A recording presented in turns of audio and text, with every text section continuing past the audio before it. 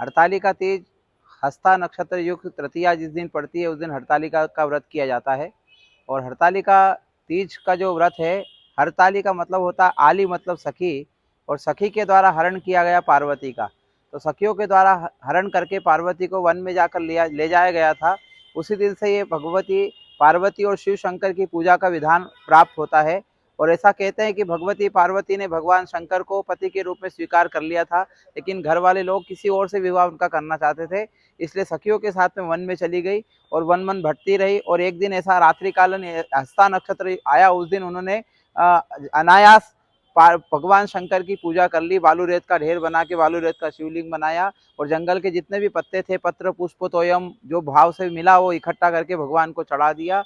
और भावना पूर्वक भावो ही विद्यते देव, भाव में भगवान विद्यमान होते हैं। तो पूरी रात्रि कालन उनका जागरण हो गया, भजन हो गया, कीर्तन हो गया, अनुष्ठान हुआ। और उससे जब उन्होंने भगवान का पूजन पूर्ण किया तो भगवान शंकर स्वयं वहां पर प्रकट हो गए और पार्वती से प्रसन्न होकर के कहा कि हे पार्वती मांगो, क्या वर मांगती हो। तो उन्होंने कहा मुझे वर में आप ही चाहिए।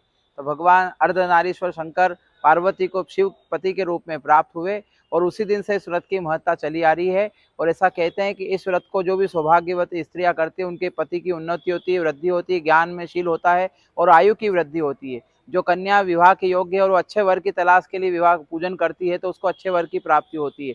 तो कुल मिला के सौभाग्य का सूचक और विशेष करके महिलाओं के लिए सबसे अच्छा और श्रेष्ठ व्रत हरतालिका व्रत कहा जाता है।